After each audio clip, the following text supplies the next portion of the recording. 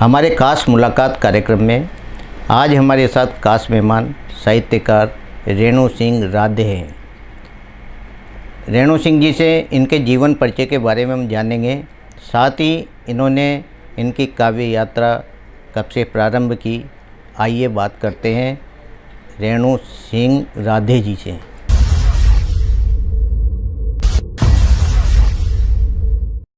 रेणु सिंह जी, आपका हमारे स्टूडियो में बहुत बहुत स्वागत है। नमस्कार सर, धन्यवाद। राधे राधे। राधे राधे। रेणु सिंह जी, आप अपने जीवन परिचय के बारे में बताएं। आप कहाँ से हैं, शिक्षा कहाँ से हुई आपकी, और कब से आपने साहित्य यात्रा आरंभ की? जी सर, वैसे तो मेरा जन्म मुजफ्फरनगर यूपी एक छोटे से गांव में हुआ है, लेकिन वहाँ पे बचपन में आना जाना रहा। फिर पिताजी की यहीं पे जॉब थी सिंचाई विभाग में, तो फिर यहीं पे स्कूली शिक्षा पूरी की, यहीं पे कॉलेज किया, और फिर भगवान की ऐसी कृपा रही कि ससुराल भी यहीं पे कोटा में हो। जी जी। तो कोटा में ही रह के शिक्षा वगैरह सब कुछ यहीं पे किया सर। आपने जो साहित्यिक क्षेत्र में कदम रखा, ये कब रखा और इसके पीछे प्रेरणा स्रोत आपके कौन रहे? जी सर, पहले तो पढ़ने का शौक़ मुझे शुरू से रहा है, इस वजह से भी थोड़ी मेरी दिलचस्पी साहित्य में रही जी। और स्कूल के टाइम में मैंने एक छोटी सी कहानी लिखी थी जी, जो मेरे चाचा को बहुत ज़्यादा पसंद आई थी। उन्होंने मुझे बहुत प्रोत्साहन भी दिया था उस चीज़ के लिए। फिर तो छोटी मोटी कविताएं, तुकबंदी वगैरह अपने जैसे बच्चे करते हैं, सिर्फ उस हिसाब से थोड़ा बहुत किया। और फिर कॉलेज में आते आते भी लिखा एक डायरी। मैंने उस समय अपनी पूरी तैयार कर ली थी, लेकिन उसके बाद में शादी हुई और मेरा ये सब कुछ छूट गया था। जी जी जी। उसके बाद में फिर दोबारा जब मैं थोड़ा बच्चे हो गए, मैच्योर हो गए, उसके बाद एकदम ऐसा हादसा हुआ कि मेरी जो माता जी है जी, वो अचानक से देवागमन हो गई। जी जी। तो उस वजह से जो मानसिक मेरी स्थिति थी, उससे उबरने के लिए मुझे मेरे दोस्तों ने और मेरे मित्रों ने प्रोत्साहित किया कि किसी ना किसी चीज़ में मन लगाया जाए। तो मैंने अपने मन लगाने के लिए ये चीज़ को चुना, और इसी तरह मैंने दोबारा ये यात्रा शुरू की। जी। रेणु जी, किन किन साहित्यकारों का आपकी लेखनी में प्रभाव देखने को मिला? मैं कौन कौन आपके सानिध्य में रहे? जी जी, सबसे पहले तो मुझे इस क्षेत्र में आगे बढ़ाने वाले, जिनका मैं एक तरह से गुरु भी पिता समान है, उन्होंने मुझे बहुत प्रोत्साहन दिया है, रघुनाथ जी मिश्र जी जी। तो उन्होंने हमेशा मुझे अपनी पुत्री के प्रति देखा, और जिस भी मुझे सुविधा रही या मुझे सिखाने के लिए उन्होंने हमेशा कुछ ना कुछ बताया, सिखाया, आगे बढ़ाया। आज मैं सोचती हूँ कि जहाँ तक मैं हूँ तो शायद उनकी पहल की वजह से ही हूँ। जी। जब आपने अपना साहित्य लिखना आरंभ किया, उस समय अपने गुरुदेव को आप बताती थी, तो उस समय लिखती थी तो वो आपकी त्रुटियों को भी देखते होंगे, तब उस समय आपको लेखन में कितना सुधार आपको देखने को मिला? सर, सबसे पहली बात कि मैं साहित्य से मेरा सिर्फ पढ़ने से रुझान था कि ठीक है, और तुकबंदी से, बाकी कविता क्या होती है, कहानी का क्या स्वरूप है, गज़ल का क्या स्वरूप है, वो सब मुझे उन्होंने ही सिखाया। और हमेशा जो चीज़ मैं गलत करती थी उसको समझाया। भले उनको उसको समझाने में 1 घंटा लगे, 2 घंटा लगे, पर वो चाहे मुझे फ़ोन पे ही समझाना पड़े, लेकिन वो समझाते ज़रूर थे कि ये गलती है, इसको सुधारो, ऐसे करना है। तो उन्होंने बहुत योगदान दिया है मुझे जी। अच्छा करने के लिए। बिल्कुल। रेणु जी, आपने जो लेखन, आपका साहित्य लेखन था, वो किन किन विधाओं में आपने लिखा, और अब तक आप कितना लिख चुके? जी सर, मेरी विधा वैसे तो सभी है जी। सिर्फ गीत मैंने सब 1-2 लिखे हैं, बाकी ज़्यादा कविताएं और कहानियाँ और उपन्यास। उपन्यास मैंने 4 उपन्यास अभी तक लिखे हैं, और 1200 से ज़्यादा मेरी कविताएं हैं, जिसको और लघु कहानियाँ, लघु कथाएं, ये सब भी मेरी प्रतिलिपि एक डिजिटल ऐप है जी जी। उस पर मेरी प्रकाशित है सब जी, जिसमें लाखों में व्यूअर्स हैं जो उसको पढ़ते हैं। आपने जो उपन्यास लिखे रेणु जी, तो उसमें यथार्थवाद भी सामने है या काल्पनिक, दोनों हैं? नहीं सर, दोनों हैं। जी जी। रेणु जी, आपकी कोई रचना, कविता हो दर्शकों को सुनाया? जी जी, मैंने एक रचना मेरे पिता को याद करते हुए, समर्पित करते हुए, हर लड़की की तरफ से जी जी, शादी के बाद में वो थोड़ा सा वो हो जाती हैं कि पिता से दूर, या उनको लगता है कि पिता ने उनको दूर कर दिया है। तो तो अपनी मनोस्थिति को, हर लड़की की मनोस्थिति को जताने के लिए, करने के लिए मैंने एक रचना लिखी थी जी। जो मुझे सबसे ज़्यादा मतलब प्रिय है। बिल्कुल तो सुनाइए मैं आप। वो सुनाना चाहती हूँ कि सुन बाबा मेरे मन की पीर, सुन बाबा मेरे मन की पीर, याद बहुत आते हैं मुझको, याद बहुत आते हैं मुझको, वो बाग वो झूले वो सावन के गीत, सुन बाबा मेरे मन की पीर।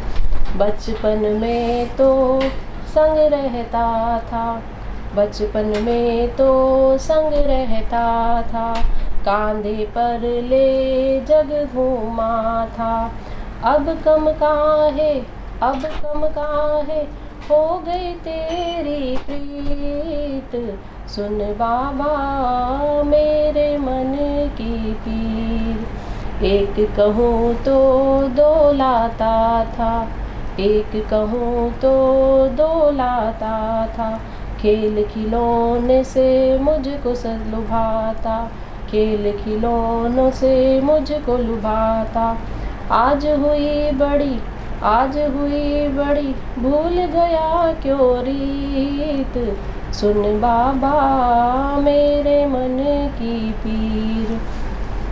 राजा भैया क्या बड़ा प्यारा लगता तुमको, आँखों का तारा, रखते तब ही उसको अपने नज़दीक, सुन बाबा मेरे मन की पीर। डोली में ही मुझको बिठाया, अर्थी मेरी तो न सजाया, फिर क्यों इतना हो गया अधीर, सुन बाबा मेरे मन की पीर। एक कदम तू आगे बढ़ ले, इस समाज के नियम धर ले, बेटा बेटी एक सा रख ले, बेटा बेटी एक सा रख ले, दोनों तेरे जिगर के टुकड़े हो न यूं गमगीन, सुन बाबा मेरे मन की पीर, सुन बाबा मेरे मन की पीर, सुन बाबा मेरे मन की पीर। बहुत सुंदर रचना रेणु जी आपने अपने पिता को याद करते हुए सुनाई। रेणु जी, आपने जब काव्य पाठ किया हो कहीं, तब आपको प्रथम बार कैसा महसूस हुआ होगा? जी, जैसा कि ये तो बहुत साधारण बात है कि नॉर्मल पहली बार में सबको थोड़ी झिझक होती है, मुझे भी थी, लेकिन सहयोग मिला अपने साथियों का, शशि मैडम का, दीपक सर का और मतलब कपिल भैया का, इनका सबने मतलब गरिमा मैम, इन्होंने सबने मतलब मुझे हमेशा सिखाया और आगे बढ़ने के लिए प्रोत्साहन दिया। तो अब थोड़ा थोड़ा ठीक है, अभी भी झिझक होती है लेकिन पहले से ठीक है। ठीक। रेणु जी, आपका साहित्य प्रकाशन कई पत्र पत्रिकाओं में प्रकाशन हुआ हो, तब क्या होता है जब लिखता है कभी कोई कवि या साहित्यकार, तब उसकी रचना कई प्रकाशित होती है, तब उस समय का जो अनुभव कैसा प्रथम बार का रहता है? सर, ये तो हर कवि या लेखक या मतलब जो कुछ भी आप लिखें उसकी ये रहती है कि जो हमने लिखा है वो सबके साथ में हम साझा कर सकें, तभी वो सार्थक है। ये तो लिख के और रख दिया तो कोई मतलब नहीं है, उसको कोई पढ़ने वाला नहीं है। जी। बाकी मैंने मेरे साथ ये भगवान की कृपा रही कि मुझे आगे से आगे अच्छे लोग मिले, हमेशा प्रोत्साहन देने वाले। तो मेरी एक फ्रेंड ने मुझे मतलब दी ग्राम टुडे का सबसे पहले नंबर दिया था कि आप अपनी रचना यहाँ पे भेजें, तो मैंने वहाँ अपनी रचना भेजी थी और सेलेक्ट हो गई वो चुनने के लिए। और तब से लेके लगातार अभी तक उसमें कम से कम मेरी 250 रचनाएं प्रकाशित हो चुकी हैं। बहुत बढ़िया। उसके साथ मैं मतलब युगपत्र जैसलमेर है, लखनऊ का है और उदयपुर एक्सप्रेस है, उसमें मतलब मेरी रचनाएं प्रकाशित हुई है। न्यू मैगजीन है मेरी निहारिका, वाह, उसमें मेरी कहानियाँ 2-3 मतलब लघु कथाएं प्रकाशित हो चुकी हैं। ऐसे मतलब होती रहती हैं सब। जी। और अच्छा लगता है सबको, मुझे भी बहुत अच्छा लगता है कि मेरी रचनाएं लोगों के सामने पहुंच रही है। बिल्कुल, यानी लिखना सार्थक हो जाता है। जी जी बिल्कुल। रेणु जी, आपने जो कहानियाँ लिखी, उपन्यास लिखे, उसमें आपने समाज को क्या संदेश दिया? एक मेरा उपन्यास है सितारा, जी जिसमें मतलब मैंने जो लड़कियां गलती करती है, किसी के झूठे प्रेम जाल में फंस के चली जाती है बिल्कुल। और फिर जाके उनको क्या क्या परेशानियों का सामना करना पड़ता है। कई बार वो ऐसी जगह पहुंच जाती है जहां मतलब सोचना भी एक लड़की के लिए बहुत बिल्कुल। कष्टदायक है। तो उसके बाद में वो वहाँ से कैसे निकलती है, खुद निकलती है, अपने साथ में और लड़कियों को निकालती है, और कैसे मतलब वो उस चीज़ को जीतती है वहाँ से निकल। वो बिल्कुल। सारी चीज़ें मैंने अपने उस उपन्यास में मतलब बताने की कोशिश करी है, और शायद इससे किसी लड़की को ये कि अपना घर ना छोड़े, क्या क्या हो सकता है, क्या क्या। बिल्कुल। तो यही मैं समाज को मतलब इससे- सीख दिए आपने। जी, बिल्कुल। बिल्कुल। आप एक रचना दर्शकों को और सुनाएं। जी, ये रचना है थोड़ी हास्य, बिल्कुल, हद से भी सुनाइए आप। थोड़ा हास्य रस से है, और ये एक दिन ऐसे ही बैठे बैठे हो जाता है नोक झोंक। जी। तो उस दरमियान लिखी तो दुखी हो गई थी, लेकिन ये हास्य कविता बन गई है। ये तो बहुत अच्छी बात है कि दुख के साथ आपने हंसी समाज को हंसी सौंपी। बिल्कुल सर, तो हाँ। वही मैं आप सबके सामने जी, जी। सुनाती हूँ कि एक दिन दुखी हो पति से, एक दिन दुखी हो पति से मैंने सोचा चलो आज मर जाऊंगी। एक दिन दुखी हो पति से मैंने सोचा चलो आज मर जाऊंगी। बहुत हो गया घुट घुट कर जीना, यह बोझ अब खुद से हटाऊंगी। एक दिन दुखी हो पति से मैंने सोचा चलो आज मर जाऊंगी। बहुत हो गया घुट घुट कर जीना, अब यह बोझ खुद से हटाऊंगी। मन में रख कठोर था, ये बच्चों की वजह से नहीं जी, कर पाई, जी, लेकिन जी। मन में रख कठोर था, इस दुनिया को भूल जाऊंगी। पति ने जो आज ताना मारा उनको पूरा करके दिखाऊंगी। कोई काम आता नहीं तुमको, अब मैं कुछ करके ही दिखाऊंगी।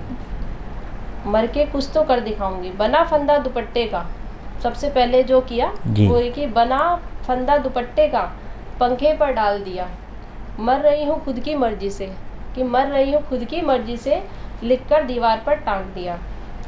कि फंदा टूट गया कोई काम न आया, फंदा टूट गया कोई काम न आया। अब लगा सच में मुझे कोई काम न भाया।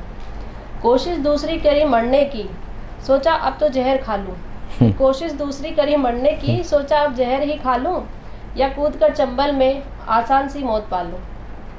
जैसे तैसे मैंने यहाँ वहाँ से जहर पाया, कि जहर पाना भी कोई आसान काम जी, नहीं है। जी। कि जैसे तैसे मैंने यहाँ वहाँ से जहर पाया, होगी बहुत तकलीफ, सोचकर यह फिर नहीं खाया। बहुत। कि जैसे तैसे मैंने यहाँ वहाँ से जहर पाया, होगी बहुत तकलीफ, सोचकर यह फिर नहीं खाया। निकल पड़ी चंबल के लिए, आखिरी रास्ता बचा जी, चंबल जी। की। निकल पड़ी चंबल के लिए, सोचा अब तो कूद ही जाऊंगी। निकल पड़ी चंबल के लिए, सोचा अब तो कूद ही जाऊंगी। हाय राम इतना पानी, मैं तो डूब ही जाऊंगी। फिर वाह। ख्याल आया मन में कि जी। हाय राम इतना पानी, मैं तो डूब ही जाऊंगी। मरने का अब इरादा छोड़ दिया, कि मरने का अब इरादा छोड़ दिया। सोचा बिन बुलाए किसी के घर नहीं जाऊंगी। मरने का अब इरादा छोड़ दिया, सोचा बिन बुलाए किसी के घर नहीं जाऊंगी। भगवान तब लेने आएंगे तब ही जाऊंगी। तब तक पतिदेव सुन लो, मैं तुम्हारे यूं ही प्राण खाऊंगी। मैं तुम्हारे यूं ही प्राण खाऊंगी। बहुत खूब। आपने जो दृश्य दिखाया उसके बाद हंसी अपने आप ही निकल पड़ी। जी, धन्यवाद। बहुत अच्छी आपकी रचना रेणु जी। रेणु जी, आपने जो साहित्य जो कोई पुस्तक आपकी प्रकाशित हुई वो कौन सी है, हमारे दर्शकों को बताएं। जी सर, मेरी सब पहली पुस्तक अभी कुछ टाइम पहले ही जी, जी। मेरी प्रकाशित हुई है। ये है रंग बदलते अल्फाज। जी, जी। तो ये मैंने इसमें मेरी हर तरह की रचनाएं हैं, जिसमें हास्य भी है और थोड़ा पृथ्वी पर्यावरण के बारे में जी, भी है, जी। खुद के बारे में भी है, थोड़ा प्रेम के बारे में भी है।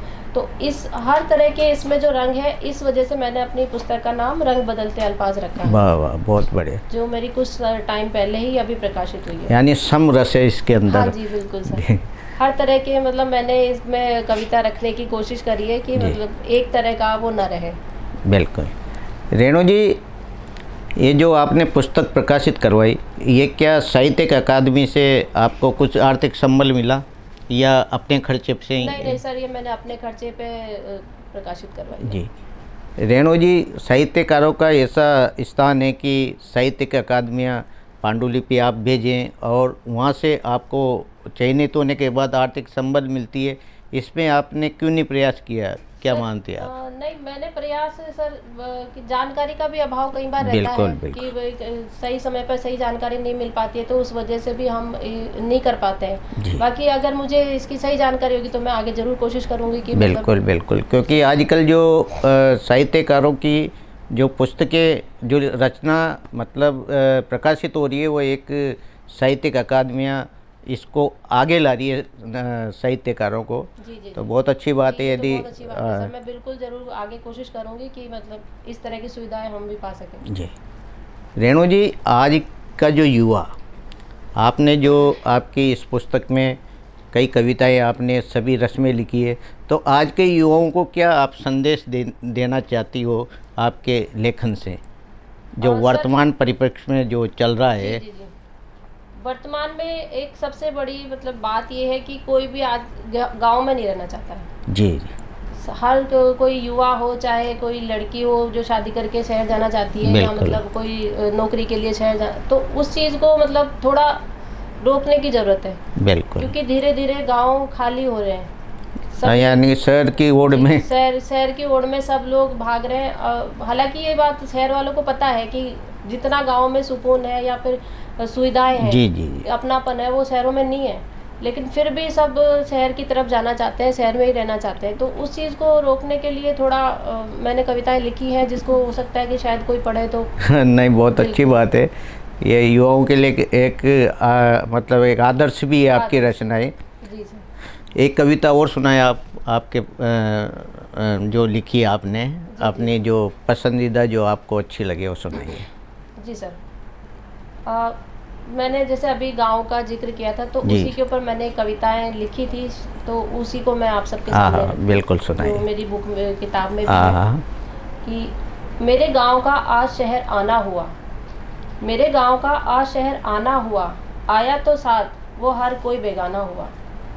कि मेरे गांव का आज शहर आना हुआ, आया जो साथ वो हर कोई अब बेगाना हुआ। ईंट पत्थर के मकान तो है गांव में भी, ईंट पत्थर के मकान तो है गांव में भी, फिर भी इंसान यहाँ कैसे पत्थर हुआ। मतलब शहर में सही है, इंसान पत्थर का कैसे हो जाता है, गांव में भी ईंट पत्थर के हैं, बिल्कुल लेकिन फिर बिल्कुल भी बिल्कुल। अंतर है।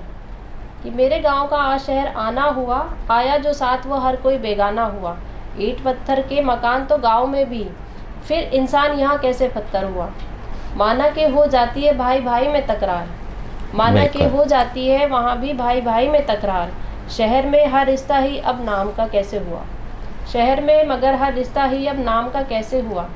मेरे आंगन में आज भी सुकून मिलता है मुझे, मेरे आंगन में आज भी सुकून मिलता है मुझे।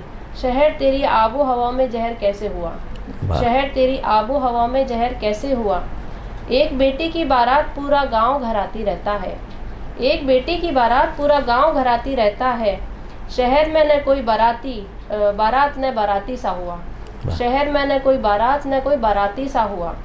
तारों की छाँव में दादी नानी बसती है, तारों की छाँव में दादी नानी बसती है। शहर के भाग्य में न क्यों ये हुआ, शहर के भाग्य में यह क्यों न हुआ। बहुत ऊंची तेरी शान माना बहुत नाम है, कि बहुत ऊंची तेरी शान माना बहुत नाम है। फिर भी मैं गांव आज भी शहर न हुआ, फिर भी मैं गांव आज भी शहर न हुआ। बाकी मुद्दे छोड़ तू बस इतना बता दे, बाकी मुद्दे छोड़ तू बस इतना बता दे। सुख शांति और अपनापन कब तेरा हुआ। चल छोड़ ये भाग दौड़ दिन रात की, गांव में अब भी जगह बाकी है तेरे नाम की, गांव में अब भी जगह बाकी है तेरे नाम की। जी धन्यवाद। बहुत बढ़िया। आपने जो वास्तव में जो ग्रामीण जीवन जो परिवेश है वह और शहरी जीवन परिवेश में काफ़ी अंतर है। जी जी। लगाव जितना गांव में होता है आज शहर में उतना देखने को, यानी गांव में पास पास है तो यहाँ दूरी ज़्यादा है। दूरी ज़्यादा है। आपने बहुत अच्छा आपकी रचनाओं में इसको शामिल किया है। रेणु जी, आप क्या मानते हैं आपका जो साहित्य सृजन ये अनवरत जारी रहेगा, लेखन आपका? जी जी बिल्कुल, कोशिश यही है सर, और भगवान की कृपा बड़ों का आशीर्वाद रहा तो जब तक मैं हूँ तब तक लेखन प्रक्रिया चलती रहेगी जी। बाकी तो परिस्थितियाँ क्या रहेंगी वो तो सर आगे देखते हैं। रेणु जी, आपने आपका लेखन शुरू किया उस समय आपकी मन स्थिति ठीक नहीं थी, लेकिन अब आपको लेखन का कार्य करना कैसा लगता है? बिल्कुल सर, अभी भी मुझे वही सुकून और आराम मिलता है, तसल्ली मिलती है। लिख के ऐसा नहीं लगता है कि मेरे साथ में कोई नहीं है। मुझे ये एहसास होता है कि कोई ना हो तब भी मेरे साथ में मेरा लेखन है, मेरी कविताएं हैं और मेरा मतलब आत्मविश्वास है जो मुझे इन कविताओं से मिला है। जाते जाते एक कविता और हो आपके पास छोटी सी, तो सुना जाए। जी। ये एक नारी के ऊपर कविता है कि वो कैसे गृहिणी अपने जीवन को जीती है, अपने क्या क्या करती है पूरे उसमें। कि समझौता हर सुबह करती हूँ मैं, समझौता हर सुबह करती हूँ मैं, कभी अपनी नींद से, कभी बिस्तर पर मिलने वाले भरपूर सुकून से। कि समझौता हर सुबह करती हूँ मैं, कभी अपनी नींद से, कभी बिस्तर पर मिलने वाले भरपूर सुकून से। समझौता हर बार करती हूँ मैं, कभी अपने पसंदीदा खाने से, कभी ख़त्म हो चुके पकवान और उसकी सुगंध से, कभी ख़त्म हो चुके पकवान और उसकी सुगंध से। समझौता हर साल करती हूँ मैं, कभी अपने बढ़ाए वजन से और कभी चिंता में सबकी चेहरे पर छाई उदासी से। समझौता हर पल करती हूँ मैं, कभी कभी अपने जीवंत सपनों को मरती हुई नज्म से। और समझौता हर स्त्री करती है, यह समझौता हर स्त्री करती है, कभी अपनी खुशी से और कभी उस पर थोपी गई दूसरी बंदी बनाने की साजिश से। बिल्कुल, बहुत बढ़िया, बहुत बढ़िया आपने अपनी रचना सुनाई नारी पे। रेणु जी, आप का जो संगठन है जिसमें आप सब लोग सम्मिलित होते हो, वह क्या काम करता है साहित्यकारों के लिए? जी सर, जैसे एक सबसे पहले मैं अभी तो कई संस्थाओं से जुड़ी हुई हूँ, जैसे धीरे धीरे सब लोग जानते हैं, लेकिन सबसे पहले मैं कवि कोटा कवि चौपाल से जुड़ी थी, जिसमें मतलब ये मेरे गुरु रघुनाथ जी सर, कपिल जी सर, और ये क्या नवोदित जो कलाकार हैं, मतलब साहित्यकार हैं, इनको हर महीने गोष्ठी कराना, उनको जो नहीं है तो उनको सिखाना, समझाना, ये सारी चीज़ें वहाँ पे हर महीने होती है। बिल्कुल, जैसे कार्यशाला भी चलाई जाती है और नवोदित जो लोग हैं, कलाकार हैं, कर्मकार हैं, उनको उस चीज़ को लिए तैयार किया जाता है। तो उन्होंने मुझे बहुत सहयोग किया है और मैं सदा उनकी मतलब आभारी रहूँगी इस बात के लिए कि मुझे आगे जब बढ़ जाते हैं तब बहुत लोग मिलते हैं, लेकिन आगे सबसे पहले कौन बढ़ाता है वो चीज़ मायने रखती है। जो उंगली पकड़ के चलाता है उसको हमेशा याद रखा जाता है। रेणु जी, आपको कोई काव्य गोष्ठियों में पुरस्कार या सम्मान मिला हो, दर्शकों को साझा करें। सर, वैसे तो बड़ों की कृपा और गुरु के आशीर्वाद से मुझे कई अभी तक 50 से ज़्यादा सम्मान से सम्मानित किया जा चुका है, जिसमें हाड़ौती की बात करें तो हाड़ौती शान हाड़ौती जो सम्मान था वो, और प्रतिलिपि की तरफ से भी मुझे बेस्ट लेखक का अवार्ड मिला हुआ है जी। और इसका हिंदी साहित्य सम्मान से सम्मानित भी किया गया था। इसी तरह से मतलब 50 से ज़्यादा जो सम्मान पत्र हैं वो सम्मानित में मुझे किया जा चुका है, जिसके लिए मैं सबकी बहुत आभारी हूँ।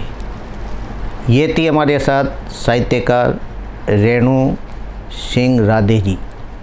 रेणु सिंह राधे जी ने किस अपनी स्थिति को देखकर एक अपना साहित्य लेखन इन्होंने प्रारंभ किया और तब से ये अनवरत जारी है। और साहित्य के लेखन में इन्होंने सभी रसों का इसमें समावेश किया है। इनकी जो पुस्तक प्रकाशित हुई उसमें सब तरह के रस है, समाज के हर पहलू को इन्होंने छुआ है, चाहे पर्यावरण हो। आज ये हमारे स्टूडियो में पधारी, आपका बहुत बहुत धन्यवाद सर, आपने ये मौका दिया और मैं पूरे STN चैनल की को आभार व्यक्त करती हूँ।